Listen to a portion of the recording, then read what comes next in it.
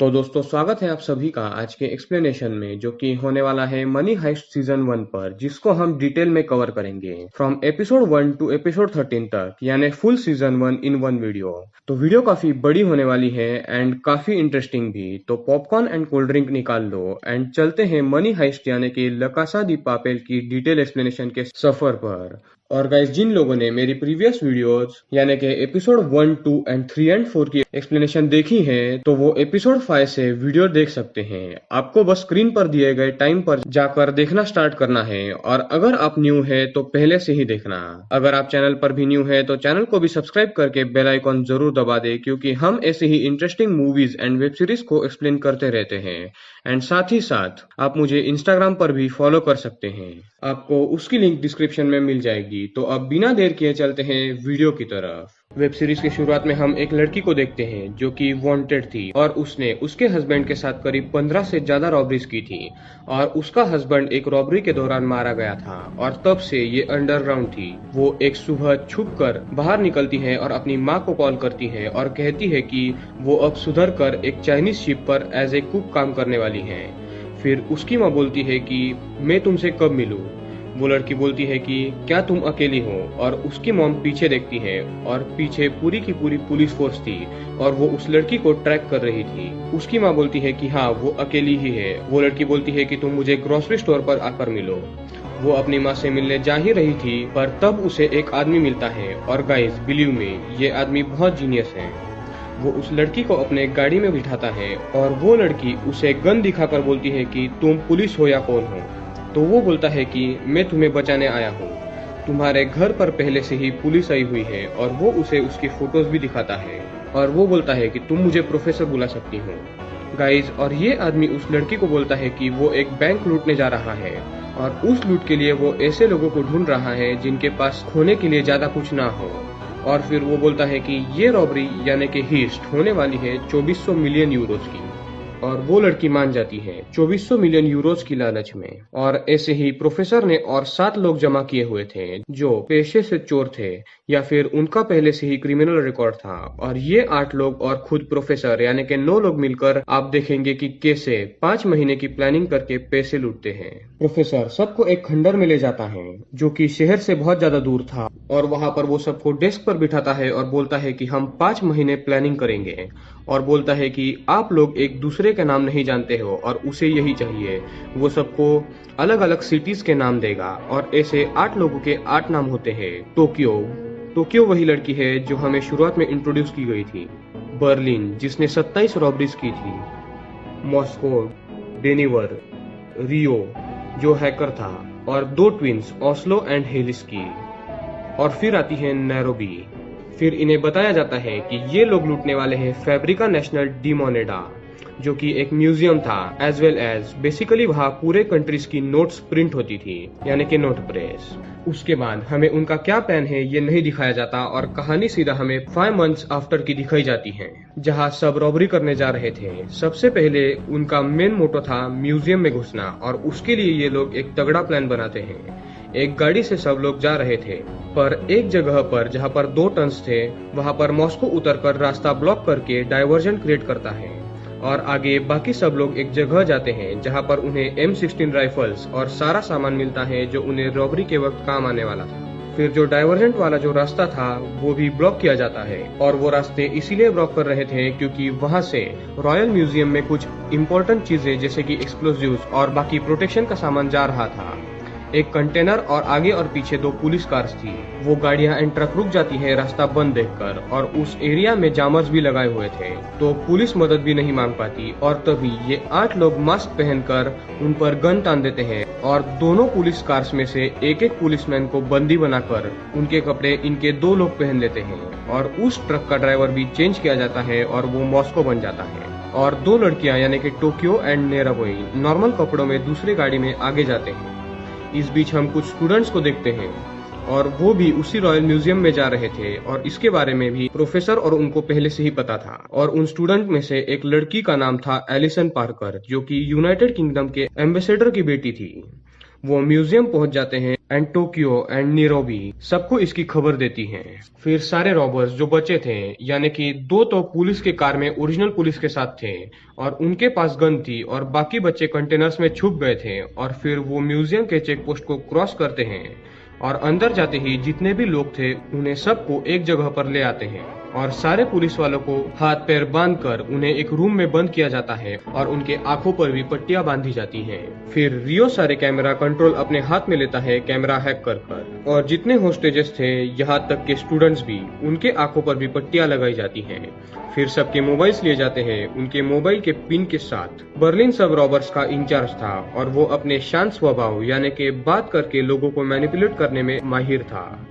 Moscow and रियो दोनों मिलकर royal museum की जो प्रेस थी उसका लॉकर तोड़ते हैं और बहुत सारा पैसा, लगभग 1 या 2 मिलियन यूरोस बैग में भरते हैं। एंड गाइस, याद रखना, ये पैसा ये चुराने नहीं वाले थे, वो सिर्फ एक दिखावा था। ऐसा क्यों, ये आपको आगे पता चल ही जाएगा। सबके फोन सीज करने के बाद और पैसा लेने के बाद रॉबर्स होस्टेजेस को पीछे होने बोलते हैं और खुद ही मेन अलार्म दबा देते हैं और इससे पुलिस वालों को खबर लग जाए, और ऐसा ही होता है। पुलिस वहां से सिर्फ 2 मिनट दूर थी। फिर सारे रॉबर्स को बताया गया था कि पुलिस वालों को चोट नहीं पहुंचानी है, सिर्फ ऐसा करना है कि जो तुमने पैसे लिए हैं उसे बाहर रखना है और पुलिस के आसपास उन्हें बिना चोट पहुंचाए गोलियां चलानी है, और झूठ मूठ के तुम डर कर अंदर भाग कर आए हो ऐसा उन्हें प्रिटेंड करना है। इससे ये होगा कि पुलिस को लगेगा कि रॉबर्स का प्लान फेल हो गया है, पर नहीं, असल में मेन प्लान बाद में स्टार्ट होने वाला था। सब लोग प्रोफेसर के इंस्ट्रक्शन वैसे के वैसे फॉलो करते हैं, पर होता यह है कि रियो के सर के साइड से पुलिस की एक गोली छूकर निकल जाती है और वो थोड़ी देर के लिए बेहोश हो जाता है और गुस्से में टोक्यो पुलिस वालों को गोली मारती है और उन्हें जख्मी कर देती है। हालांकि ये प्लान में नहीं था, बट वो लोग पैसे बाहर छोड़कर बैंक में भाग आते हैं और रियो भी ठीक हो जाता है। एपिसोड 1 यहीं पर खत्म होता है एंड एपिसोड 2 की शुरुआत में सब टोक्यो पर गुस्सा थे कि पुलिस को चोट क्यों पहुंचाई एंड प्रोफेसर भी टोक्यो को इस बारे में समझाता है। फिर ये खबर सारे पुलिस फोर्स को रॉयल म्यूजियम के बाहर खींच लाती है और म्यूजियम के बाहर कैंप वगैरह लगाए जाते हैं पुलिस के द्वारा, और यही रॉबर्स का प्लान था। एंड ये रॉबर्स एंड प्रोफेसर काफी ज्यादा शातिर थे। वो एक दूसरे से बात एनालॉग तरीके से कर रहे थे बिना किसी रेडियो सिग्नल के, और उनके कोई भी कॉल्स बाहर किसी को पता नहीं चल रहे थे और कोई भी उनकी बातें ना तो सुन पा रहा था ना उन्हें ट्रैक कर पा रहा था। अंदर बर्लिन बोलता है कि अब हमारे पास थोड़ा टाइम है जब तक बाहर पुलिस सब कुछ सेटअप करती है। रियो यूके के एम्बेसडर की लड़की को अलग रूम में बंदी बनाता है, यानी एलिसन पार्कर को, और उसे भी रॉबर्स जैसे कपड़े पहनाए जाते हैं। उसके बाद पुलिस इंचार्ज इंस्पेक्टर म्यूजियम के रॉबर्स को कॉल लगाती है एंड बर्लिन कॉल ट्रांसफर करता है सीधा प्रोफेसर को, जो बैंक से बाहर बैठा था उसी खंडर में जहां पर उन्होंने सारी प्लानिंग बनाई थी। और प्रोफेसर ने वॉइस चेंजर का इस्तेमाल करके पुलिस से बात की और कहा कि उन्हें एक हेलीकॉप्टर चाहिए ब्राजील जाने के लिए। बट ऑफ कोर्स ये भी एक चाल थी और प्रोफेसर को पुलिस को ये बताना था कि वो बहुत ज्यादा शांत है और उन्होंने हर चीज की तैयारी कर रखी है, चाहे कुछ भी हो जाए वो तुम्हें हरा सकते हैं। और पुलिस को ये समझ जाता है कि ये बंदा इतने शांति से बात कर रहा है, मतलब इनकी प्लानिंग कुछ बड़ी है। फिर उसके बाद बर्लिन सारे हॉस्टेजेस को बोलता है कि अब से सब उसकी बात मानेंगे, नहीं तो वो सबको गोली मार देगा, और वो सबके मास्क उतरवाता है एंड फिर सब लोगों को भी रॉबर्स जैसे ही कपड़े एंड मास्क दिए जाते हैं एंड उसके साथ नकली गन्स भी। मीनवाइल यूके के एम्बेसडर से पुलिस को ऑर्डर आता है कि कमांडोज की टीम लेकर उसके बेटी को बाहर निकाला जाए, और यही सबको चाहिए था, यानी कि उन रॉबर्स को।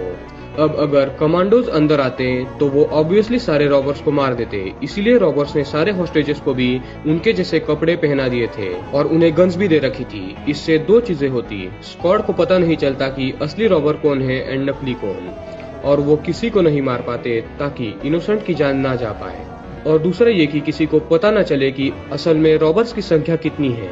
वो कुल थे 8 लोग, पर बाहर किसी को भी पता नहीं था कि वो असल में कितने हैं। एंड गाइस, प्रोफेसर ने इसका स्टडी भी किया हुआ था। उसने सबको पहले ही 5 मंथ के ट्रेनिंग में बताया था कि पुलिस 4 जगहों से, यानी कि वो कमांडोज 4 जगह से अंदर आएगी। मेन डोर से, उसके बाद लोड एरिया से, उसके बाद इमरजेंसी एग्जिट एंड फिर रूफ टॉप से। इन 4 जगहों से वो अंदर आ सकते हैं, पर वो शुरुआत करेगी लोड एरिया से, और प्रेडिक्शन सही निकलता है। लोड एरिया से कमांडो स्क्वाड आने लगती है, पर पहले ही सब तैयार थे। जैसे ही ड्रिल करके डोर के अंदर कैमरा लगाया जाता है, दूसरी तरफ सारे रॉबर्स मशीन गन एंड सारे हथियारों के साथ तैयार थे, और दूसरी तरफ रियो एलिसन पार्कर पर गन तानकर उससे एक कॉल करवाता है बाहर की पुलिस को। और एलिसन बोलती है कि सारे हॉस्टेजेस को भी रॉबर्स के कपड़े पहनाए गए हैं, तो कमांडो टीम अंदर आई तो वो रॉबर्स समझकर सबको मार देगी, तो प्लीज कमांडोज को रोको। एंड ऐसा ही होता है, इनोसेंट हॉस्टेजेस यानी बंदी मारे ना जाए इसलिए मिशन को अबॉर्ट किया जाता है और सारे के सारे कमांडोज बाहर के डोर से ही पीछे चले जाते हैं और अंदर नहीं आ पाते। और अब मेन पार्ट यहाँ से स्टार्ट होता है दोस्तों। जैसे ही स्क्वाड रिटर्न जाती है, अंदर सब खुश होते हैं एंड नीरो भी जो है वो एक लिस्ट बनाकर उन लोगों को बुलाती है जो नोट प्रेस में काम करते थे, और फिर करोड़ों नोट छापने का काम स्टार्ट होता है और हर एक मिनट में $500,000 छापे जा रहे थे।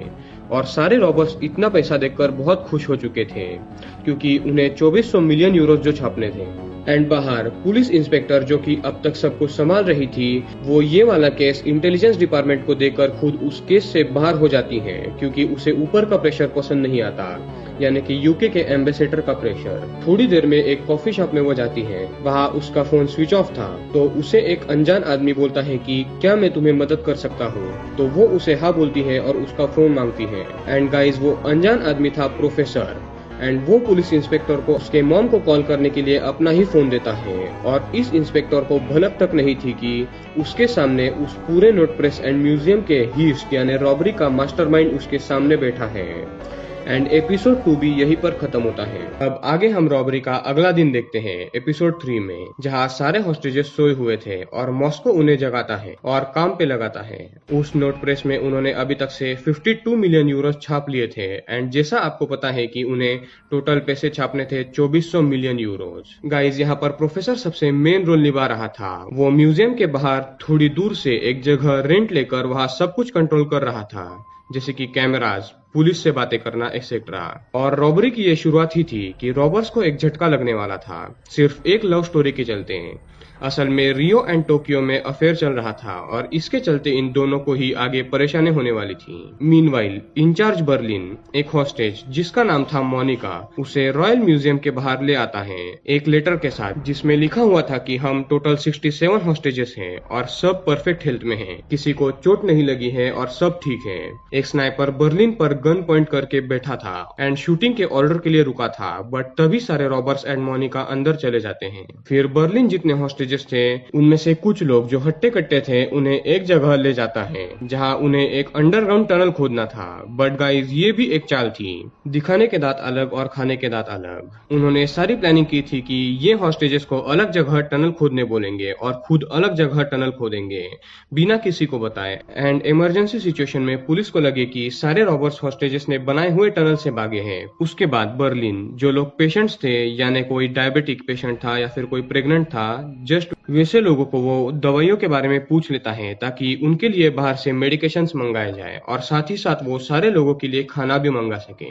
उसके बाद वो सारे हॉस्टेजेस को परमिशन दे देता है कि वो अपने फैमिलीज को एक के बाद वो सब ठीक है इसकी वीडियो बनाकर सेंड कर सकता है, पर तब उनके साथ एक रॉबर होगा निगरानी के लिए।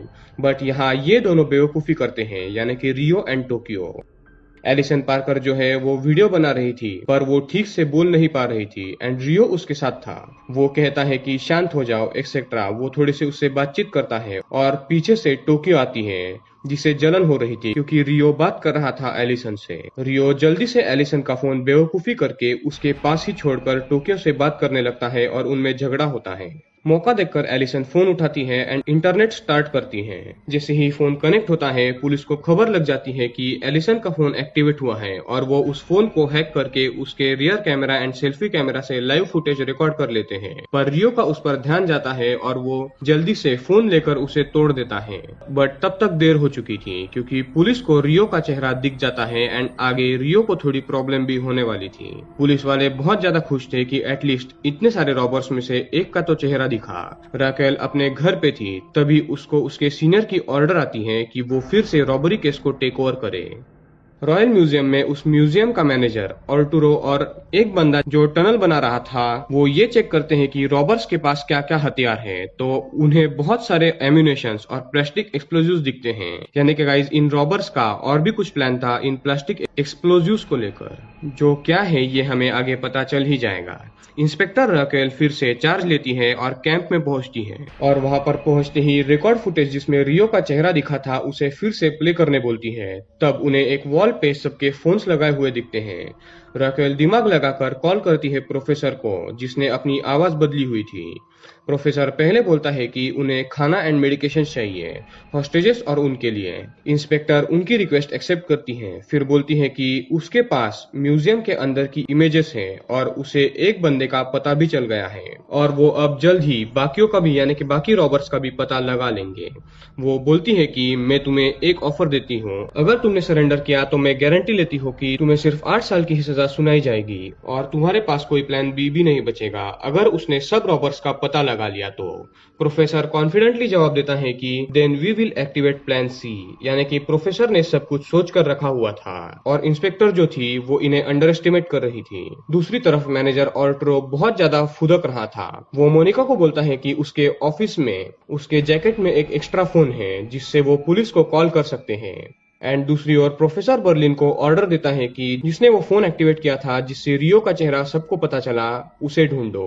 पुलिस के पास अंदर की जानकारी पहुंच गई है। बर्लिन गुस्से में सारे हॉस्टेजेस को पूछता है कि वो किसका फोन था। कोई आगे नहीं आता तो बर्लिन बूढ़े आदमी के कपड़े सबके सामने उतरवाता है, पर रहम खाकर रियो खुद ही बर्लिन को बताता है कि एलिसन ने फोन एक्टिवेट किया था और तब उसका ध्यान नहीं था। बर्लिन गुस्से में आकर हेलसिंकी एंड ओस्लो को ऑर्डर देता है कि रियो को सबक सिखाओ ताकि आगे से ऐसी गलती ना हो पाए, और ये दोनों रियो को बेरहमी से पीटते हैं। बाहर पुलिस को रियो का बायोडेटा मिल जाता है और वो उसके पूरे बायोडेटा को ऑन एयर सब न्यूज चैनल में दे देते हैं और फिर रॉबर्ट्स ने डिमांड की हुई चीजें अंदर ले जाई जाती हैं और सामान मिलते ही रॉयल म्यूजियम के दरवाजे फिर से बंद हो जाते हैं। मोनिका जो एक हॉस्टेज थी वो ऑल्ट्रो के जैकेट से फोन ले लेती है और उसे छुपा देती है। इंस्पेक्टर लंच ब्रेक में फिर से बार में जाती है एंड वहाँ फिर से प्रोफेसर आ जाता है। एंड गाइस बिलीव में मुझे यहाँ पर लगा था कि सब कुछ खत्म हो गया, क्योंकि इंस्पेक्टर और वो थोड़ी बातें करते हैं और तब इंस्पेक्टर को एक कॉल आती है जिसमें उसे बोला जाता है कि 2 लोग आइडेंटिफाई हो चुके हैं और उसके व्हाट्सएप पे 2 इमेज आती हैं। प्रोफेसर उन इमेजेस को देखने की कोशिश करता है और इंस्पेक्टर गुस्से में उसे पकड़कर अरेस्ट करती है और पूछती है कि कहाँ है वो। प्रोफेसर को लगता है कि वो पकड़ा गया, बट इंस्पेक्टर बोलती है कि रिकॉर्डर कहाँ है और तुम कौन से न्यूज चैनल से हो जो मुझे हर बार फॉलो कर रहे हो। पर जैसे तैसे अपनी आइडेंटिटी सैल्वा बताकर और बार के मैनेजर की मदद से वो अपने आप को छुड़ाता है। इंस्पेक्टर गुस्से में वहां से चली जाती है। रॉयल म्यूजियम में मोनिका ने मेडिकेशन में एक एबॉर्शन पिल मांगी थी क्योंकि वो आर्टुरो के बच्चे की मां बनने वाली थी, पर ये शादीशुदा था और फिर भी उसका अफेयर मोनिका से था। डेनिवर उसे पिल देता है पर उसे एबॉर्शन न करने की सलाह भी देता है। तभी बर्लिन वहां आता है और मोनिका को वहां से जाने बोलता है। जैसे ही मोनिका जाने लगती है उसके छुपाए हुए फोन में एक मैसेज आ जाता है। मैसेज की साउंड बर्लिन एंड डेनिवर सुन लेते हैं। बर्लिन उससे फोन ले लेता है और डेनिवर को ऑर्डर देता है कि मोनिका को मार डालो। बर्लिन अब अपने असली रंग दिखाने लगा था और वो प्रोफेसर के रूल नहीं मान रहा था। प्रोफेसर का ये रूल था कि किसी भी हॉस्टेजेस को नहीं मारना है। हालांकि वो प्रोफेसर को धोखा नहीं देता है क्योंकि प्रोफेसर ही था जिसके पास पूरा कंट्रोल था। डेनिवर मोनिका को बाथरूम में ले जाकर एक गोली मारता है पर दूसरी जगह पर, और वो उसे नहीं लगती है क्योंकि वो मोनिका को मारना नहीं चाहता था। तो मोनिका बोलती है कि उसे उसके थाई पर मारो ताकि बहुत सारा खून निकले एंड बर्लिन को लगे कि वो मारी गई और फिर वो एक बड़े से लॉकर में छुप जाएगी। डेनिवर ऐसा ही करता है एंड बर्लिन को लगता है कि मोनिका मर गई।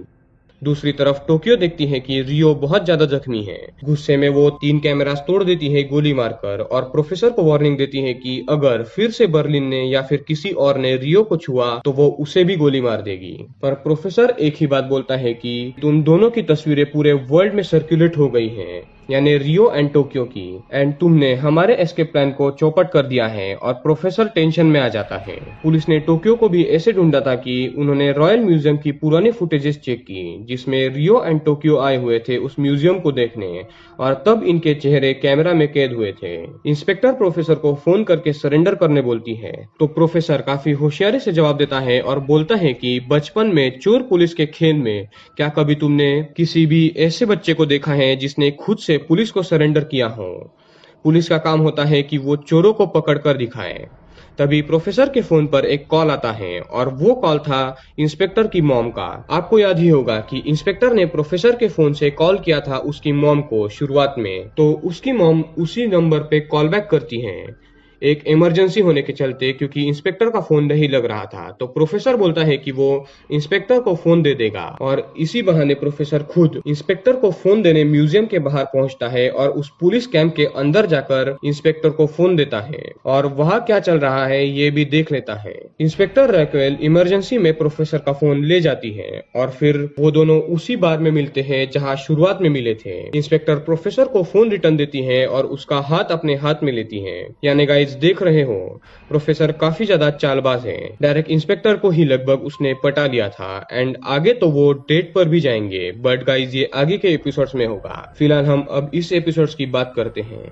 रॉयल म्यूजियम के अंदर बर्लिन सारे रॉबर्स को ये बताता है कि मोनिका को डेनिवर ने उसके ऑर्डर देने की वजह से मारा है और डेनिवर का पिता मॉस्को ये सुनकर सुन पड़ जाता है, क्योंकि उसके बेटे ने एक खून किया था। वो बाथरूम में जाता है तो डेनिवर सारा खून साफ कर रहा था। ये देखकर मॉस्को को पैनिक अटैक आता है और वो गिर पड़ता है जमीन पर, और असल में डेनिवर ने ऐसा नहीं किया था और ये बात आपको पता ही है। मॉस्को बिना कुछ सोचे समझे सरेंडर करने के लिए रॉयल म्यूजियम के डोर खोल देता है, पर डेनिवर वहां आकर उसका मुंह छुपाता है। पुलिस बाहर से इनके चेहरे नहीं देख पाती एंड डोर फिर से लगा दिए जाते हैं। अगर मॉस्को सरेंडर कर देता तो इनका सारा प्लान चौपट हो जाता था। डेनिवर मॉस्को को ये भी बोलता है कि उसने मोनिका को नहीं मारा, वो अब भी जिंदा है और ये बात बर्लिन को मत बताना। फिर डेनिवर अपने पिता को खुली हवा मिले इसके लिए सारे हॉस्टेजेस को मास्क पहनाता है और नकली गन लेकर हॉस्टेजेस और मॉस्को के साथ म्यूजियम के टेरेस पर जाता है, जहां वो दोनों मोनिका के बारे में बात कर रहे थे। तो मोनिका का नाम सुनकर ऑल्ट्रो गुस्से में आकर मॉस्को एंड डेनिवर से झगड़ने लगता है। मॉस्को की नजर स्नाइपर्स पर पड़ती है और वो सबको नीचे बैठने को बोलता है ताकि स्नाइपर्स को लगे कि वो हॉस्टेजेस हैं। ऑल्ट्रो अकेला ही स्नाइपर को पीठ दिखाकर खड़ा था और स्नाइपर एंड पुलिस को लगता है कि वो ही रॉबर है, क्योंकि बाकी सब नीचे बैठे थे। इंस्पेक्टर उसे मारने का ऑर्डर देती है एंड स्नाइपर ऑल्ट्रो को रॉबर समझकर गोली मार देता है और ऑल्ट्रो गिर जाता है। और जैसे ही उसका मास्क हटता है, पुलिस को अपनी गलती का एहसास होता है कि उन्होंने एक हॉस्टेज को मारा। तो यहाँ पर एपिसोड 4 खत्म होता है। एपिसोड 5 की शुरुआत में हम देखते हैं कि डेनिवर एंड मॉस्को ऑल्ट्रो को उठाकर अंदर ले आते हैं जिसे गोली लगी थी।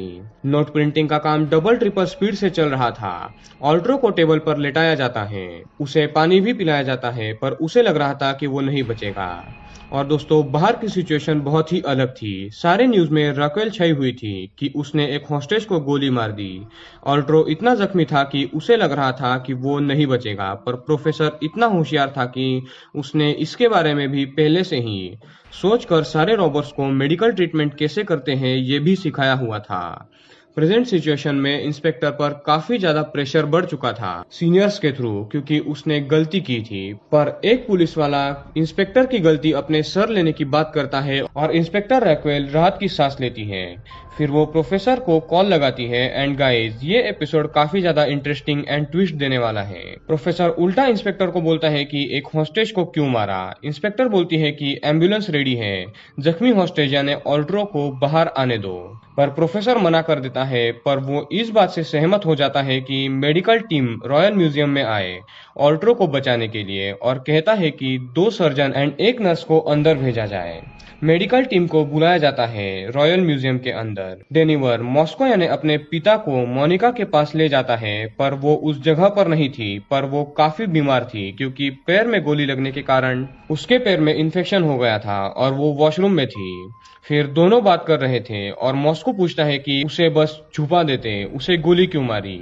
तो डेनिवर बोलता है कि बर्लिन को शक हो जाता और वो पूछता कि खून कहाँ है। बाहर एक तगड़ी प्लानिंग की जाती है पुलिस के द्वारा, और इंस्पेक्टर का खास दोस्त जो भी पुलिस है उसका नाम होता है एंजल, उसे सर्जन के साथ भेजने की तैयारी की जाती है एज ए नर्स, ताकि ये अंदर क्या चल रहा है इसका एग्जैक्ट पता लगाया जा सके। एंड दूसरा ये कि ये पुलिस वाला उसके टीम के साथ सेम टू सेम रॉबर्स के कपड़े पहनकर उस रॉयल म्यूजियम में एक जगह थी जो कि काफी छोटी थी और वो एक एसी डक्ट था, उसके थ्रू अंदर जाए और रॉबर्स एंड हॉस्टेज जिनके सेम कपड़े एंड मास्क है उनमें शामिल हो जाए और सबको बचा ले। पर इन लोगों ने कुछ कच्ची गोलियां नहीं खेली थी। अब इनकी प्लानिंग देखकर तो आप भी दंग रह जाओगे। 2 doctor and assistant inspector angel अंदर जाता है ऑल्ट्रो के इलाज के लिए, और वो भी एक नर्स बनकर, और उसे ऐसा लगता है कि उसे कोई पहचान नहीं पाएगा, पर मास्टरमाइंड बाहर बैठे थे। डॉक्टर्स एंड एंजल अंदर आते हैं और बर्लिन जो है वो हॉस्टेजेस को आगे गन लेकर खड़ा करता है और खुद पीछे खड़ा होता है। सबको लगता है कि यही रॉबर्स है। फिर बाहर से प्रोफेसर इंस्पेक्टर एंजल को पहचान लेता है एंड बर्लिन को कॉल करके उसके बारे में बोल देता है और बर्लिन को उसने पहले ही बताया था कि ऐसे सिचुएशन में क्या करना है। प्रोफेसर बर्लिन को ये भी बोलता है कि अब जो समय है ये सबसे इम्पोर्टेंट है। बर्लिन ओके करके फोन रख देता है। फिर हमें पास्ट दिखाया जाता है जिसमें प्रोफेसर सबको बता रहा था कि जब पुलिस वालों को लगे कि अब वो अंदर है एंड जीत सकते हैं, हमें एक ट्रिक लगानी है। बर्लिन आता है अपने साथियों के साथ और सर्जन एंड इंस्पेक्टर एंजल जो नर्स बनकर आया था उन्हें बोलता है कि तुम्हारी सारी चीजें एक ट्रे में रखो, चश्मा होगा तो वो भी। और फिर छुपके से ओज़लो एंजल के चश्मे में एकदम सफाई से एक माइक्रोफोन लगा देता है और तब तक बर्लिन ने सर्जन एंड रूबियो को बातों में उलझाए रखा था और वो माइक्रोफोन सीधा कनेक्टेड था प्रोफेसर से। और ये तो पहली ट्रिक थी। अब प्रोफेसर को ये भी पता था कि पुलिस टीम सेम रॉबर के मास्क एंड कपड़े पहनकर हॉस्टेजेस में घुसने वाले हैं और प्रोफेसर बहुत खुश था क्योंकि उसको फुल गारंटी थी कि वो पुलिस वाले अंदर नहीं आ सकते क्योंकि इनकी ट्रिक काफी कमाल की थी। एपिसोड 5 यही खत्म होता है एंड एपिसोड 6 में सारे हॉस्टेजेस को रॉबर्ट्स ने बता रखा था कि सर्जन्स एंड एंजल पर अपनी गन हमेशा ताने रखनी है। सर्जन ऑल्ट्रो का इलाज करते हैं एंड एंजल इधर उधर देख रहा था कि उसे कुछ पता चले।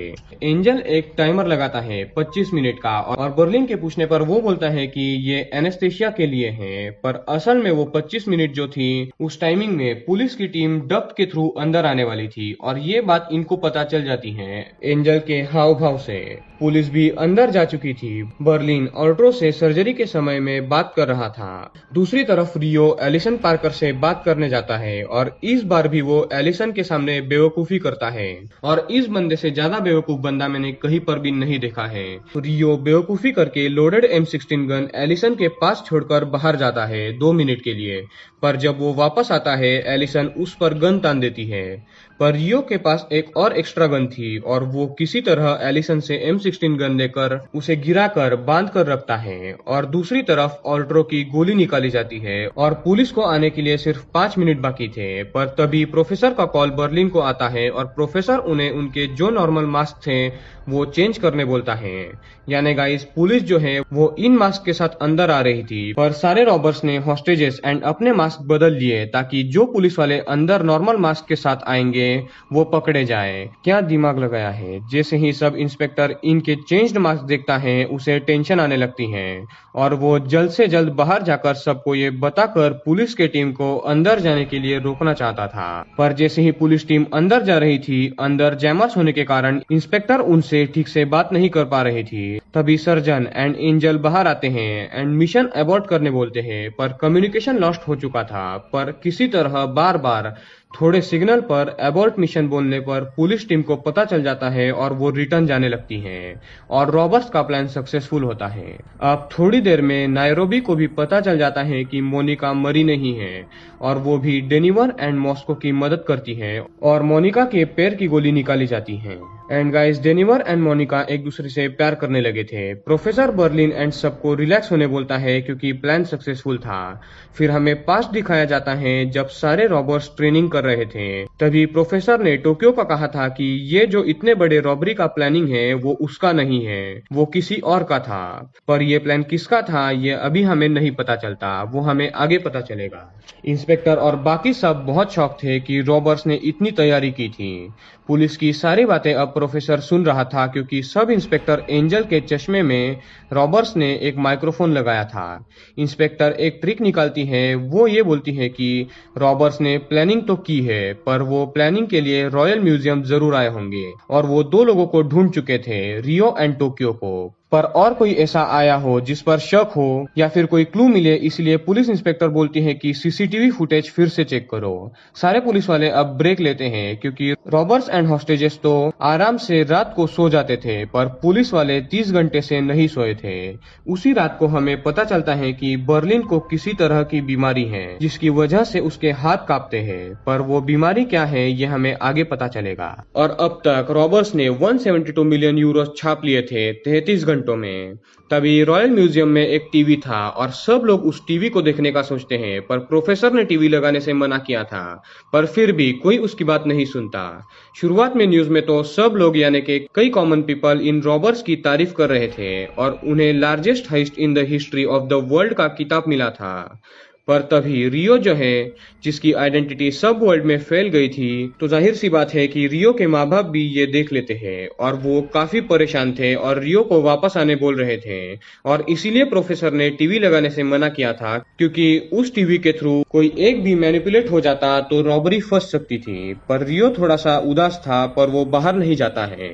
दूसरी तरफ सब इंस्पेक्टर एंजल जो शादीशुदा था, वो इंस्पेक्टर फिर भी रैकेल से प्यार करता था। रैकेल का डिवोर्स हो चुका था और 8 साल से वो अकेली ही थी, पर वो एंजल को इग्नोर करती है और रैकेल की मॉम उसे बोलती है कि वो आदमी कौन है, वो कैफे वाला जिसने तुम्हें हेल्प की थी, और वो एक बार मेरा फोन आने पर हाइस्ट की जगह पर पहुंच गया था सिर्फ तुम्हें फोन देने।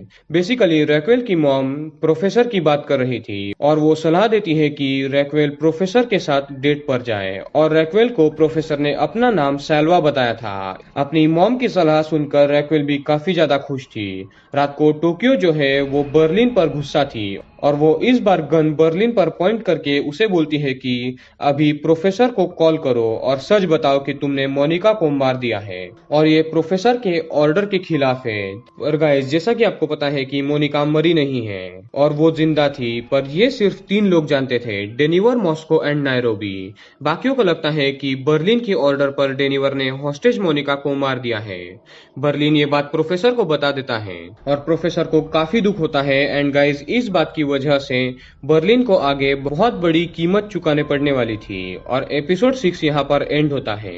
एपिसोड 7 की शुरुआत में इंस्पेक्टर को सुबह सुबह कॉल आता है कि उन्हें सीसीटीवी फुटेज में कुछ मिला है। रॉयल म्यूजियम के बाहर पुलिस सीसीटीवी चेक कर रहे थे, तब रियो एंड टोक्यो ने एक कार लाई हुई थी और उस कार की चाबी जो है उसे लेते वक्त की फुटेज पुलिस को मिल जाती है। तो रैकेल उस चाबी से पता करवाती है कि वो कितनी पुरानी कार है, और वो कार थी 1989 से 1996 के बीच की, और उस कार से कार के मालिक की जानकारी और उसके साथ कार पर फिंगरप्रिंट भी मिल सकते थे। और इंस्पेक्टर उस कार को ढूंढने की ऑर्डर देती है और ये सब बातें प्रोफेसर सुन रहा था और वो टेंशन में आ जाता है, क्योंकि उसने हेलसिंकी को वो कार डिस्ट्रॉय करने दी थी, पर उसने वो कार डिस्ट्रॉय करने दी या नहीं ये फोन करके कंफर्म करता है। पर हेलसिंकी बोलता है कि उसने वो कार बस जंकयार्ड में छोड़ दी थी और उस कार को डिस्ट्रॉय करने के लिए जो 1000 यूरो मुझे दिए थे वो मैंने रख लिए, ऐसा हेलसिंकी बोलता है। तो ये भी एक बेवकूफ था जिसने 1000 यूरो के लिए एक कार को डिस्ट्रॉय नहीं किया जिस पर सबके फिंगरप्रिंट थे। और प्रोफेसर उसे बहुत डांटता है कि तुम्हें 2400 मिलियन मिलने वाले थे, पर फिर भी तुमने 1000 यूरो के लिए इतनी गिरी हुई हरकत की, और वो फोन रख देता है। प्रोफेसर जल्दी से खुद ही उस जंकयार्ड जाने के लिए निकलता है ताकि वो कार के ऊपर के फिंगरप्रिंट्स मिटा सके। पर तभी इंस्पेक्टर का कॉल प्रोफेसर को आता है और वो 8 होस्टेजेस को छोड़ने की बात करती है, पर प्रोफेसर उसे टालकर सबूत मिटाने निकलता है। वो उस जंकयार्ड में कूदकर घुसता है और उस गाड़ी को ढूंढता है, पर तभी उस जंकयार्ड का मैनेजर वहां आता है और प्रोफेसर उसे देखकर एक रैंडम कार में छुपता है। वो मैनेजर एक क्रेन से उस गाड़ी को उठाकर डिस्ट्रॉय करने लगता है और उसे पता होता है कि उस कार में प्रोफेसर है। थोड़ी देर बाद वो प्रोफेसर को नीचे उतारता है और उसके पीछे अपना कुत्ता लगा देता है। प्रोफेसर डर के मारे तो भाग जाता है और वो फिंगरप्रिंट नहीं मिटा पाता। तभी प्रोफेसर को रैकेल का कॉल आता है और जैसे आपको पता है कि इंस्पेक्टर रैकेल को पता नहीं होता है कि यही रॉबर है, और वो प्रोफेसर को डेट पर बुलाती है और प्रोफेसर भी उसे एक्सेप्ट कर लेता है।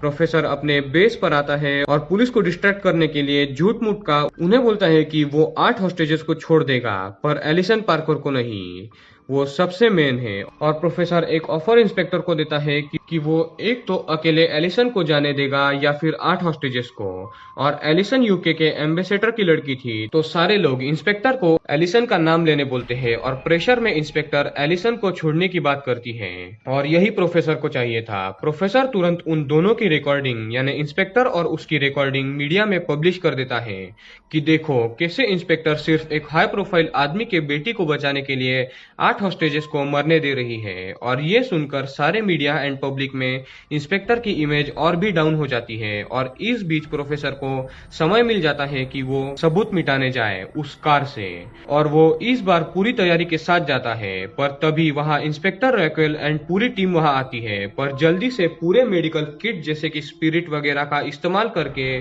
प्रोफेसर पूरे गाड़ी पर के फिंगरप्रिंट्स क्लीन करता है। एंड गाइस तभी वो बर्लिन को पनिशमेंट देता है कि उसने मोनिका को मारा और इसलिए प्रोफेसर बर्लिन के एक रेयर जैकेट के बटन को जानबूझकर छोड़ता है ताकि बर्लिन के बारे में पूरे दुनिया को पता लग सके, क्योंकि उस बटन पर बर्लिन के फिंगरप्रिंट्स थे। और तभी इंस्पेक्टर वहां आती है और वो देखती है कि गाड़ी अभी अभी किसी ने क्लीन की है, तो कोई तो रॉबर्स के साथ मिला हुआ है और वो बाहर है और वो यही कहीं होगा। इंस्पेक्टर उसे ढूंढने की ऑर्डर देती है। प्रोफेसर एक गाड़ी में बैठकर एक भिखारी का गेटअप करके पूरा सड़ा हुआ चेहरा और एक रास्ते के कुत्ते को लेकर जाने लगता है, पर तभी एक पुलिस वाला उसे पकड़कर पूछताछ करता है। पर प्रोफेसर जिसका गेटअप चेंज था वो पुलिस वाले को ऐसा दिखाता है कि वो पागल है और प्रोफेसर अपने आप को बचाने के लिए वो करता है जो काम आता है। प्रोफेसर उस पुलिस वाले के सामने अपनी ही पैंट में टॉयलेट कर देता है और पुलिस वाला उसे नाक बंद करके जाने देता है।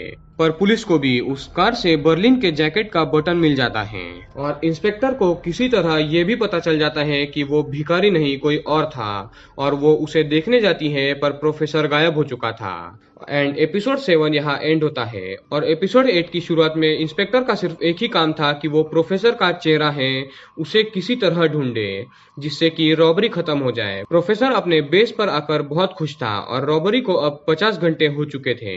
इंस्पेक्टर को उस रिकॉर्डिंग के बाद अब भी हेट मिल रही थी कि उसने एलिसन को चुना। जाहिर सी बात है प्रोफेसर किसी भी हॉस्टेज को छोड़ने नहीं वाला था, पर उसने बस इंस्पेक्टर रैक्वेल को फंसा दिया।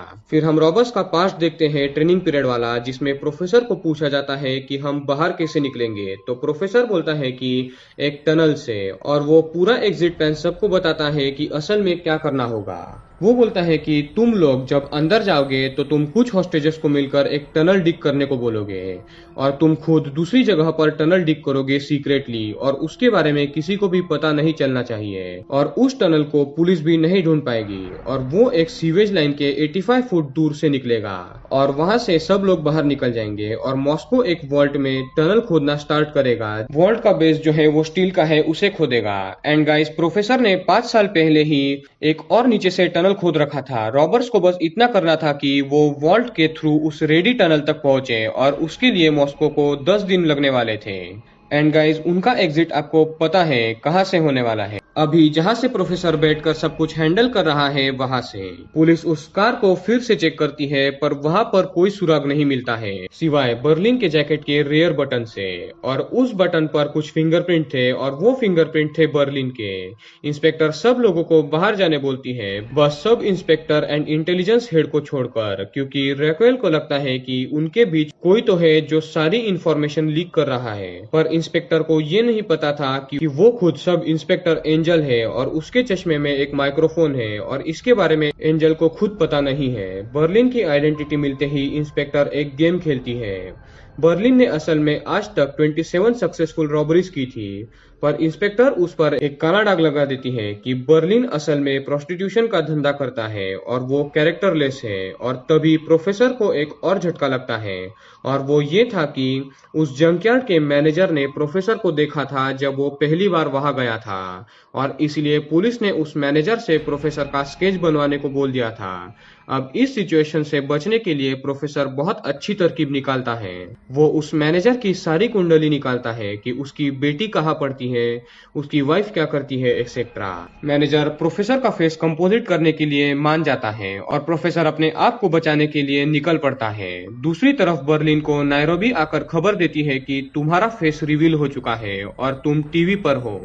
बर्लिन तुरंत वहां जाता है और उसके बारे में गलत सलत बोला जा रहा था कि वो प्रोस्टिट्यूशन का धंधा करता है एंड ड्रग्स भी बेचता है, एक्सेट्रा। और इसकी वजह से बर्लिन को बहुत बुरा लगता है कि उसके कैरेक्टर पर दाग लगाए गए, क्योंकि वो सिर्फ एक रॉबर था और बाकी के काम वो नहीं करता था। एपिसोड 8 खत्म होता है और एपिसोड 9 की शुरुआत में बर्लिन को नायरोबी भी बुरा भला कहती है, पर वो गुस्से में नायरोबी का गला पकड़ लेता है और कहता है कि वो रॉबर जरूर है पर इतना गिरा हुआ नहीं है, और बर्लिन का सीधा शक जाता है डेनिवर पर।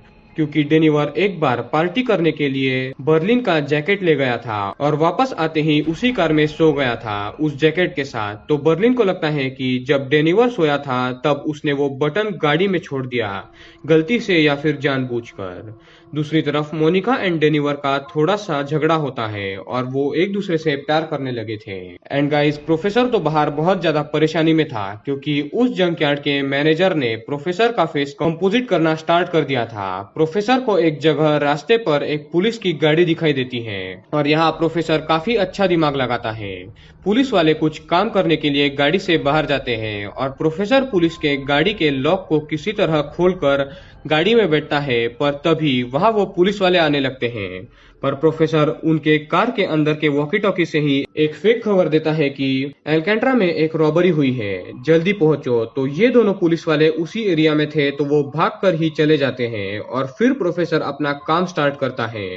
वो उस कार के अंदर के वॉकी टॉकी से रॉयल म्यूजियम के बाहर के पुलिस वालों के वॉकी टॉकी पर उस मैनेजर को रशियन में धमकी देता है कि तुम्हारी लड़की जिस स्कूल में पढ़ती है वहां पर उसे उठा लिया जाएगा अगर तुमने मेरा फेस रिवील किया तो, और हमारे शूटर्स मिलकर तुम्हारी वाइफ जो अभी सुपरमार्केट से निकली है उसे मार देंगे। तो जल्दी से तुम जो फेस कंपोजिटिंग कर रहे हो उसे डिलीट करके वहां से निकल जाओ, वरना तुम्हारी फैमिली मारी जाएगी। और ये मैसेज सिर्फ उस मैनेजर को पता चलता है, ना कि बाकी पुलिस वालों को, और मैनेजर जल्दी से सारे फेस को डिलीट करके वहां से चला जाता है। और वो मैसेज इसीलिए किसी को पता नहीं चलता क्योंकि प्रोफेसर ने उस मैसेज को रशियन में उस मैनेजर को बोला था और वो मैनेजर एक रशियन था। पुलिस वाले तुरंत अपने गाड़ी में आते हैं पर तब तक प्रोफेसर वहां से जा चुका था और इस तरह वो फिर से बच जाता है। पर गाइस, रॉयल म्यूजियम में कोई और भी था जो बचने नहीं वाला था और उसका नाम था डेनिवर। डेनिवर को पकड़ लिया जाता है पर नायरोबी उसका साथ देती है और डेनिवर बर्लिन को बोलता है कि वो तुम्हें अपने कट से 15 मिलियन यूरोस देगा, पर उसे छोड़ दो। बर्लिन मानने ही वाला था कि तभी उसे मोनिका जिंदा है ये पता चलता है, पर इस बात से भी बर्लिन खुश हो जाता है क्योंकि प्रोफेसर को एक हॉस्टेज मारने के बाद बहुत दुख हुआ था और बर्लिन को लगता है कि प्रोफेसर अब खुश हो जाएगा क्योंकि कोई भी हॉस्टेज नहीं मरा। उनमें थोड़ी अनबन जरूर होती है पर सब ठीक हो जाता है। तभी प्रोफेसर का फोन आता है जो खुद ही बर्लिन को बता देता है कि उसने ही तुम्हारे जैकेट का बटन उस कार में छोड़ा क्योंकि तुमने मोनिका को मार दिया और ये तुम्हारी पनिशमेंट है। पर बर्लिन बोलता है कि मोनिका जिंदा है और वो मोनिका की आवाज भी उसे सुनाता है। अब तो देर हो चुकी थी और प्रोफेसर बर्लिन से माफी मांगता है और प्रोफेसर बोलता है कि अब अगला प्लान स्टार्ट करो। बर्लिन मान जाता है और अगला प्लान ये था कि सारे रॉबर्स एक बंद कमरे में सिर्फ ब्लैंक फायर करेंगे और हॉस्टेजेस को चिल्लाने को बोलेंगे ताकि पुलिस वालों को एंड अलग अलग कमरों में रखे हॉस्टेजेस पर रॉबर्स का दबदबा बना रहे। बाहर पुलिस वाले टेंशन में आ जाते हैं कि ये सब क्या हो रहा है। तब इंस्पेक्टर प्रोफेसर से बात करती है कि तुमने गोलियां क्यों चलाई, तो प्रोफेसर बोलता है कि वो गन्स टेस्टिंग कर रहे थे। पर इंस्पेक्टर बोलती है कि वो अंदर आकर देखना चाहती है कि क्या सब लोग ठीक है या नहीं। प्रोफेसर बोलता है कि तुम अंदर नहीं आ सकती, वो खुद ही सब जिंदा है इसके रिकॉर्डेड फुटेजेस बाहर भेजेगा। फिर प्रोफेसर रॉयल म्यूजियम में रॉबर्ट्स को ऑर्डर देता है कि सबके फुटेजेस भेजो और एपिसोड 9 यहाँ पर एंड होता है। एपिसोड 10 की शुरुआत में थोड़ी देर में इंस्पेक्टर जो है वो सेल्वा को यानी प्रोफेसर को ही कॉल करती है अपने फोन से, और मैं फिर से याद दिला दूं कि इंस्पेक्टर को नहीं पता था कि प्रोफेसर यानी सेल्वा रॉबरी का मास्टरमाइंड है। वो बस उसके प्यार में पड़ गई थी और उसे लगता था कि सेल्वा एक अच्छा आदमी है और वो दोनों रात को 9 बजे डेट पर जाने का प्लान बनाते हैं। फिर सब इंस्पेक्टर एंजल वहां आता है और वो बर्लिन के बारे में एक इम्पोर्टेंट बात बताता है कि बर्लिन रेट्रोक्सिल नाम की एक दवाई लेता है और वो दवाई मस्कुलर लॉस के लिए ली जाती है और ये बीमारी काफी कम लोगों को होती है और बर्लिन उनमें से एक है। और ये दवाई सिर्फ एक जगह पर मिलती है और वहां जाकर पता लगाया जा सकता है कि बर्लिन ने वो दवाई कहां पर डिलीवर करवाई थी। प्रोफेसर सारी बातें सुन रहा था और फिर से वो टेंशन में आ जाता है क्योंकि उस दवाई की डिलीवरी बर्लिन ने उनके ट्रेनिंग बेस पर करवाई थी जहां पर सबके फिंगरप्रिंट्स थे और इससे सब फंस सकते थे। तो एक बार फिर से प्रोफेसर को अपना दिमाग लगाकर और अपनी जान खतरे में डालकर उस फार्मेसी में जाना था पुलिस से पहले, पर इस बार प्रोफेसर बलि देता है सब इंस्पेक्टर एंजल की। वो कैसे ये आपको पता चल ही जाएगा। उससे पहले सारे हॉस्टेजेस की फुटेजेस जो पहले ही रिकॉर्ड की थी 2 दिन पहले, उन्हें भेज दिया जाता है जानबूझकर, ताकि पुलिस को उन पर शक हो और वो अंदर आने की डिमांड करे, और ऐसे ही होता है। तो इंस्पेक्टर अंदर जाने की सोचती है और प्रोफेसर को इसके बारे में बोलती है, एंड प्रोफेसर मान जाता है क्योंकि प्रोफेसर को भी यही चाहिए था। और अकेले इंस्पेक्टर अंदर आती है बिना कोई हथियार के, पर इंस्पेक्टर ने एक माइक्रोफोन छुपाया हुआ था, उसे ढूंढकर ले लिया जाता है जिस पर रायो लिखा था, और रायो नाम था रियो का, और उसके माँ बाप उसको इस नाम से बुलाते थे। और पुलिस का प्लान था कि रियो को इमोशनल करके बाहर निकाला जाए और उसे लालच दी जाए कि तुम्हें कम साल जेल होगी, बाहर आ जाओ और सबके बारे में बताओ। पर ये बंदा भी दिमाग लगाता है। दूसरी तरफ प्रोफेसर सैल्वा इंस्पेक्टर का दोस्त बनकर सब इंस्पेक्टर से मिलता है, और एंजल को सैल्वा पर पहले से ही शक था। एंजल बोलता है कि तुम जहाँ पर अपने वाइन एंड बियर बनाते हो, मुझे वहां पर कभी ले चलो, उसे वो जगह देखनी है। और प्रोफेसर फिर फंस जाता है। अब प्रोफेसर को 2 टेंशन थे, एक तो उस फार्मेसी के रिकॉर्ड्स को मिटाना था, और दूसरा एंजल से निपटना था। और रॉयल म्यूजियम में तो कुछ और ही चल रहा था। इंस्पेक्टर सब हॉस्टेजेस को देखती है, बस कुछ ही हॉस्टेजेस बाकी थे, और तब ऑल्टुरो एलिसन को बोलता है कि तुम एक जगह पर छुप जाओ, ताकि इंस्पेक्टर को ऐसा लगना चाहिए कि एलिसन मर गई है। और एलिसन भी छुप जाती है। प्रोफेसर असल में एलिसन कहाँ छुपी है ये देख लेता है, पर तभी उसके बेस पर सब इंस्पेक्टर एंजल आता है, और प्रोफेसर रॉबर्ट्स को ये नहीं बता पाता कि वो कहाँ छुपी है, और वो सब कंप्यूटर्स एक्सेट्रा ढक देता है और एंजल को अंदर आने देता है। एंजल पूरे बेस को चेक करता है और उसे थोड़ा शक तो होता है, पर वो कुछ नहीं बोलता और वो वहां से निकल जाता है। तब प्रोफेसर जल्दी से एलिसन का पता बता देता है, और इंस्पेक्टर के सामने एलिसन को ले जाया जाता है, और इंस्पेक्टर वहां से चली जाती है। इंस्पेक्टर तो वहां से चली जाती है, बट गाइस एक और प्रॉब्लम थी। जब एंजल प्रोफेसर से मिलने आया था, तो शक होने के कारण उसने प्रोफेसर के कॉफी मग का एक स्पून ले लिया था, और उस स्पून पर जो फिंगरप्रिंट थे, एंजल उन्हें उस पुलिस कार पर जो फिंगरप्रिंट मिली थी उससे मैच करने बोलता है। यानी गाइस प्रोफेसर की एक फिंगरप्रिंट गलती से उस पुलिस कार पर रह गई थी। रॉयल म्यूजियम में बर्लिन सबको बता देता है कि उसके बीमारी के चलते वो सिर्फ कुछ ही महीने जिंदा रहेगा, पर तब तक वो बहुत ज्यादा ऐश करना चाहता है। और रियो जो है वो उस माइक्रोफोन को देखकर पुलिस को कॉल करता है, और पुलिस उसे कन्विंस करती है कि तुम बाहर आकर सब बता दो। पर प्रोफेसर ने सबको इसकी भी ट्रेनिंग दी हुई थी कि पुलिस लालच देगी, पर वो सब कुछ झूठ होगा, क्योंकि लॉज के अनुसार तुमने अब तक जितने भी क्राइम किए होंगे उसकी सजा उम्र कैद ही होगी। तो रियो पुलिस वालों को गालियां देकर फोन रख देता है। और दूसरी तरफ प्रोफेसर को 2 टेंशन थे, उसमें से एक तो खत्म हो गया था, सब इंस्पेक्टर एंजल का, पर दूसरा टेंशन भी खत्म हो जाता है जब तक पुलिस उस फार्मेसी स्टोर में पहुंचती है। प्रोफेसर हेलमेट, काले कपड़े, ग्लव्स एक्सेट्रा पहनकर गन के पॉइंट पर पूरे रिकॉर्ड्स चुरा लेता है। एंड गाइज आपको बता दूं कि पुलिस में इन रिकॉर्ड्स के बारे में सिर्फ 2 लोगों को पता था, एक इंस्पेक्टर रैक्वेल को और दूसरा खुद एंजल को। पर एंजल पहुंचने से पहले ही प्रोफेसर वहां से भाग चुका था। तो अब इंस्पेक्टर एंजल को उस केस से निकाल देती है, क्योंकि उसे लगता है कि ये बात सिर्फ उसे एंड एंजल को पता थी, और फिर भी रिकॉर्ड्स गायब हुए, यानी कि एंजल ही वो इन्फॉर्मर है, और वो भी उन रॉबर्स से मिला हुआ है। एपिसोड 10 यहाँ पर खत्म होता है, एंड एपिसोड 11 में एंजल इंस्पेक्टर को बहुत समझाता है, पर वो नहीं मानती।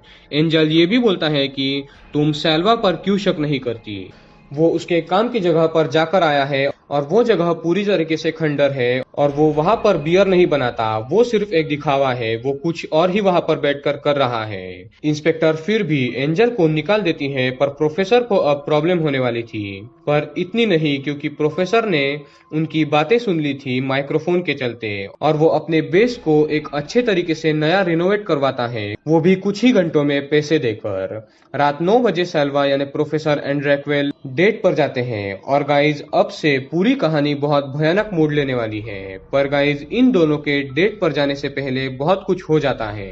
रॉयल म्यूजियम में मॉस्को एक जो सीक्रेट टनल बना रहा था, 5 to 6 डेज के मेहनत के बाद वो क्लोजेट के स्टील और फिर मोटी कंक्रीट को तोड़ पाया था, और बची थी तो सिर्फ मिट्टी, जो दूसरे टनल को ज्वाइन होने वाली थी। और मॉस्को ये खुशखबरी सबको देता है, और सारे लोग खुश होकर नाचने लगते हैं। एंड गाइज दूसरी तरफ नायरोबी ने तो प्रिंटिंग मशीन को 24/7 चालू रखा था, जिससे जिसके चलते मिलियंस एंड मिलियंस यूरोज हर घंटे प्रिंट हो रहे थे और अब तक 400 मिलियन यूरोज प्रिंट हो चुके थे। बट गाइज, एक बड़ी और सबसे बड़ी प्रॉब्लम आने वाली थी सिर्फ इन दोनों के चलते, एक ऑल्ट्रो और ये एक बंदा जिसका नाम होता है पैब्लो। ये दोनों भी दूसरा टनल खोद रहे थे और वो वहां से छोटे मोटे टूल्स यानी कि स्क्रू ड्राइवर्स वगैरह छुपा कर टॉयलेट में ले जाते हैं और वहां छुपा देते हैं। और इन दोनों का प्लान ये था कि जो पुलिस वाले एंड गार्ड्स म्यूजियम में शुरुआत में बंदी बनाए गए थे उन्हें आजाद किया जाए। दूसरी तरफ पुलिस वालों को एक खबर लगती है कि रॉबर्स के पास जो भी प्लास्टिक एक्सप्लोजिव्स हैं उसे उन्होंने हर एग्जिट डोर्स एंड ग्लासेस पर लगाया हुआ है, इवन हर डक्ट के बाहर भी, ताकि कोई भी अगर भागने की कोशिश करे तो वो एक्सप्लोजिव्स फट जाए या फिर कोई भी अंदर आने की कोशिश करे फिर भी वो एक्सप्लोजिव्स फटकर उसकी मौत हो जाए। प्रोफेसर बर्लिन को कॉल करता है और बर्लिन बोलता है कि यहाँ सब कुछ ठीक है। तो प्रोफेसर बोलता है कि वो 6 घंटे बाद तुम्हें कॉल करेगा। एंड गाइज, इन 6 घंटों में बहुत कुछ होने वाला था। रात 9 बजे रैक्वेल एंड सैल्वा उस प्रोफेसर डेट पर जाते हैं, यानी अब अंदर के हर जगह पर नजर रखना पॉसिबल नहीं था। एंड दूसरी तरफ डेनिवर एंड मोनिका इंटीमेट होते हैं और सब कुछ रिलैक्स था। और मौका देखकर ये दोनों छुपाए हथियारों को निकालकर पुलिस एंड गार्ड्स को छुड़ाने के लिए निकल जाते हैं। दूसरी तरफ रैक्वेल को भी एंजल की बातें सुनकर सैल्वा यानी प्रोफेसर पर शक था और इसीलिए वो प्रोफेसर को वो गन पॉइंट पर लेती है और कहती है कि मुझे अपने बियर बनाने की जगह पर ले चलो। प्रोफेसर 12th एपिसोड के शुरुआत में उसे उस बियर बनाने की जगह पर ले जाता है जो उसने रिनोवेट करके जो मेन बेस था वो छुपा दिया था, जिससे रैक्वेल का शक दूर हो जाता है और फिर रैक्वेल एंड प्रोफेसर दोनों भी इंटीमेट होते हैं। यानी गाइज, अब जो मेन 2 लास्ट एपिसोड्स हैं यानी 12 एंड 13, ये दोनों सबसे मेन हैं जिसमें बहुत कुछ होने वाला है। एपिसोड 12 में ही एंजल जो है उसे पता चलता है कि सैल्वा यानी प्रोफेसर के घर से चम्मच पर के फिंगरप्रिंट्स एंड पुलिस के गाड़ी के फिंगरप्रिंट मैच करते हैं। एंजल दारू पीकर गाड़ी चला रहा था और वो रैक्वेल के मॉम के फोन पर सारे सबूत के वॉइसमेल भेजता है और तभी एंजल का एक्सीडेंट हो जाता है। दूसरी तरफ रैक्वेल एंड प्रोफेसर मजे में थे और तब रॉयल म्यूजियम में ये बंदे सारे के सारे पुलिस एंड गार्ड्स को छुड़ा लेते हैं और इसकी खबर ऑल्ट्रो देता है डेनिवर को, क्योंकि उनमें लड़ाई हुई थी मोनिका को लेकर। और डेनिवर ऑल्ट्रो को बोलता है कि मैं तुम्हें जान से ना मारूं, उसका मुझे सिर्फ तुम एक रीजन बताओ। और तब ऑल्ट्रो बोलता है कि मुझे जान से मत मारो, मैं तुम्हें सबसे मेन बात बताता हूँ कि सारे पुलिस एंड गार्ड्स को एक बंदा छुड़ा कर वो सब भागने वाले हैं। एंड जब तक डेनिवर बर्लिन और सबको ये खबर दे पाता तब तक देर हो चुकी थी। सारे गार्ड्स ओस्लो के सर पर मारकर एग्जिट डोर पर लगे हुए प्लास्टिक एक्सप्लोजिव्स को फोड़ देते हैं और जिसकी वजह से दरवाजा भी टूट जाता है और सारे गार्ड्स एंड ये बंदा बाहर भाग जाते हैं कुछ स्टूडेंट्स के साथ और पुलिस उन्हें प्रोटेक्शन देकर बाहर ले आती है। प्रोफेसर अपना काम खत्म करके कैमरास देखता है तो उसे अंदाजा हो जाता है कि प्लान फंस सकता है और इसीलिए वो फोन लगाता है बर्लिन को। पर बर्लिन एंड बाकी सब जो दरवाजा टूटा था उसे जोड़ने में लगे थे, पर पुलिस बाहर लगातार फायर कर रही थी। तो सब रॉबर्स पुलिस पर काउंटर फायर करने लगते हैं एंड टोक्यो तो मशीन गन ले आती है और सारी गोलियां पुलिस पर चलाने लगती हैं। सारे पुलिस वाले छुप जाते हैं एंड तब सब रॉबर्स मौका देखकर मिलकर डोर बंद करके उसे सील कर देते हैं और प्रोफेसर राहत की सांस लेता है। इंस्पेक्टर एंड पुलिस टीम को एक और बुरी खबर मिलती है कि एंजल का एक्सीडेंट हुआ है और उसकी कंडीशन नाजुक है। एंड गाइज, इसी मुठभेड़ के साथ एपिसोड 12 भी एंड होता है जिसमें सिर्फ एक्शन था। एंड गाइज, अब बाकी था एपिसोड 13 जो कि मनी हाइस्ट सीजन 1 का लास्ट एपिसोड है। रॉयल म्यूजियम में ओस्लो को गार्ड के चलते सर पर मारने से काफी ज्यादा चोट आई थी और उसका ब्रेन डैमेज हो चुका था, जिसके चलते हेल्सिंकी बहुत गुस्सा था। डेनिवर बोलता है कि उसको इस एस्केप के बारे में ऑल्ट्रो ने बोला था और तब उसे सच्चाई पता चली। हेल्सिंकी ओस्लो को इस हालत में देखकर बहुत रोता है और एस्केप के बारे में सुनते ही बाकी बचे हॉस्टेजेस विद्रोह कर देते हैं, पर गन पॉइंट से उन्हें शांत किया जाता है। तब हमें फिर से पुराना ट्रेनिंग पीरियड दिखाया जाता है जिसमें प्रोफेसर ने इसके बारे में भी सोच रखा था और सबको कहा कि अगर कुछ हॉस्टेजेस भाग जाएं तो बाकी बचे हॉस्टेजेस जो हैं वो इतनी देर दूसरे के कंट्रोल में रहने की वजह से माइंड डिफेंस सिस्टम के चलते विद्रोह करेंगे, और ये इंसानी फितरत है। और उस इंसानी फितरत को एक चीज से अपनी तरफ किया जा सकता है, पैसों का लालच देकर। और फिर वो प्लान एक्टिवेट होता है। सारे हॉस्टेजेस को पैसे या फिर फ्रीडम चूज करने का ऑप्शन पूछा जाता है। जो हॉस्टेजेस पैसे चूज करते हैं उन्हें 7 काम करने बोला जाता है, और जो फ्रीडम चुनते हैं उन्हें कैद कर दिया जाता है। जाहिर सी बात है, उन्हें तो ये छोड़ने कतई नहीं वाले थे। और बाहर जो हॉस्टेजेस निकल गए थे वो बाकी रॉबर्स की आइडेंटिटी रिवील कर देते हैं, और ये भी बोलते हैं कि वो इन लोगों से टनल खुदवा रहे थे। उनके पास कई सारी गन्स है, और उनके पास क्या क्या सामान है ये सब हॉस्टेजेस पुलिस को बताते हैं। पर जैसे आपको पता है कि रॉबर्स एक दूसरे सीक्रेट टनल से भागने वाले थे, और उस टनल का एंड पॉइंट था वो बेस जहां पर अभी प्रोफेसर बैठा हुआ है, और दूसरा एंड पॉइंट था वो खंडर जहां सारे लोगों ने 5 महीने प्रैक्टिस की थी। दूसरी तरफ एंजल ने सेल्वा यानी प्रोफेसर के खिलाफ जो सबूत मिले थे वो वॉइसमेल के थ्रू रैक्वेल के मॉम को भेजे थे। पर इंस्पेक्टर की मॉम भुलक्कड़ थी, तो उसने उन मैसेजेस को एक कागज पर लिख कर रखा था। फिर वो उन मैसेजेस को इंस्पेक्टर को बताने के लिए इंस्पेक्टर को कॉल करती है, पर इंस्पेक्टर का फोन बंद था। तो लकीली इंस्पेक्टर की मॉम कॉल करती है सेल्वा को यानी प्रोफेसर को, और उसे याद नहीं होता है कि प्रोफेसर का नाम सेल्वा है। प्रोफेसर को ये पता लगता है कि एंजल ने उसकी मॉम को सबूत के वॉइसमेल भेजे हैं। तो प्रोफेसर पहुंच जाता है रैक्वेल के घर पर। वो रैक्वेल की मॉम को जहर देकर मारने ही वाला था, पर वो ऐसा नहीं करता है और सफाई से सारे वॉइसमेल डिलीट करता है, और जो कागज थे उन्हें भी ले लेता है। तभी घर पर रैक्वेल आती है। फिर वो थोड़ी बातें करते हैं, पर तभी रैक्वेल को एक आइडिया आता है, और वो अपने टीम को ऑर्डर देती है कि इतने सारे रॉबर्स ने ट्रेनिंग कहीं ना कहीं तो की होगी, किसी सुनसान जगह पर। तो उस जगह को ढूंढो, और थोड़ी ही देर में उस जगह का पता भी चल जाता है, और वो वही जगह थी जहां पर इन लोगों ने ट्रेनिंग की थी। प्रोफेसर बहुत ज्यादा टेंशन में आता है, और गरीबी में आटा गीला ये कि रैक्वेल बोलती है कि क्या तुम गाड़ी ड्राइव कर सकते हो, और वो प्रोफेसर को ही ड्राइवर बनाकर उस जगह ले जाती है जहां सब ने ट्रेनिंग की थी। और वहां प्रोफेसर से लेकर हर एक रॉबर के फिंगरप्रिंट वहां पर थे, और साथ ही साथ रॉबर्स ने जो खाया पिया था उसके सलाइवा के भी सैंपल्स इन लोगों को मिल जाते हैं। एक और बात यह कि वहीं से एक टनल था, और उस टनल का दूसरा छोर सीधा बैंक में खुलता था। एंड गाइस, हम प्रोफेसर को टेंशन में उस जगह के बाहर गाड़ी में बैठा हुआ देखते हैं।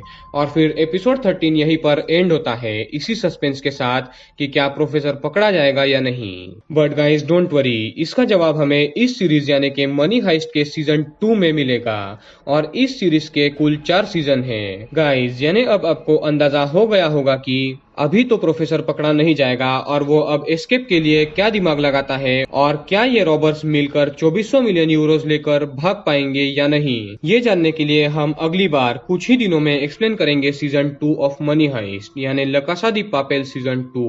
तो चैनल को सब्सक्राइब करके बेल आइकन जरूर दबा के रखना। अब अगली कुछ वीडियोस तो मूवी एक्सप्लेनेशंस पर ही आएंगी, पर जल्द ही मैं सीजन 2 को भी एक्सप्लेन करने की कोशिश करूंगा। तो इसी के साथ हम ये लंबी और बड़ी एक्सप्लेनेशन को खत्म करते हैं, और एक सस्पेंस को बरकरार रखते हैं कि क्या प्रोफेसर एंड में पकड़ा जाएगा या नहीं। गाइज, इतनी लंबी वीडियो बनाने में मुझे काफी ज्यादा मेहनत भी लगी है, तो प्लीज वीडियो को लाइक करके चैनल को सब्सक्राइब करें, एंड मुझे इंस्टाग्राम पर भी फॉलो जरूर करें। तो मिलते हैं अगली वीडियो में।